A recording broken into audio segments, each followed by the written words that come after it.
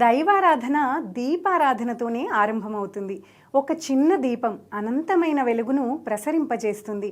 ఆ వెలుగులో పరమేశ్వరుని దివ్య సన్నిధి దర్శనమవుతుంది. చేతులారా శివుని పూజించండి, నోరారా హరినామాన్ని స్మరించండి. ఇదే భగవంతుని ఆరాధనకు సరైన మార్గం. కార్తీక మాసంలో ఒక్క దీపాన్ని వెలిగించిన మహాపాపాలు సైతం తొలగిపోతాయి.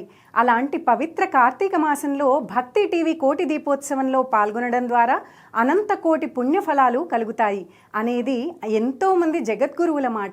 ప్రతి దీపపు ప్రమిదలో పార్వతీదేవి స్వరూపం, నూనెలో ఒత్తిలో లక్ష్మీదేవి, వెలిగే జ్వాలలో సాక్షాత్తు దామోదరుడు సన్నిహితులై ఉంటారు. ఈ దీపం కేవలం వెలుగు మాత్రమే కాదు, అది ఆత్మను జాగృతం చేసే దివ్య శక్తి. కార్తీక వెన్నెల పేద ధనిక భేదం లేకుండా సమానంగా ప్రసరిస్తుంది. అలాగే పరమేశ్వరుని కరుణ కూడా అందరిపై సమానంగా కురుస్తుంది.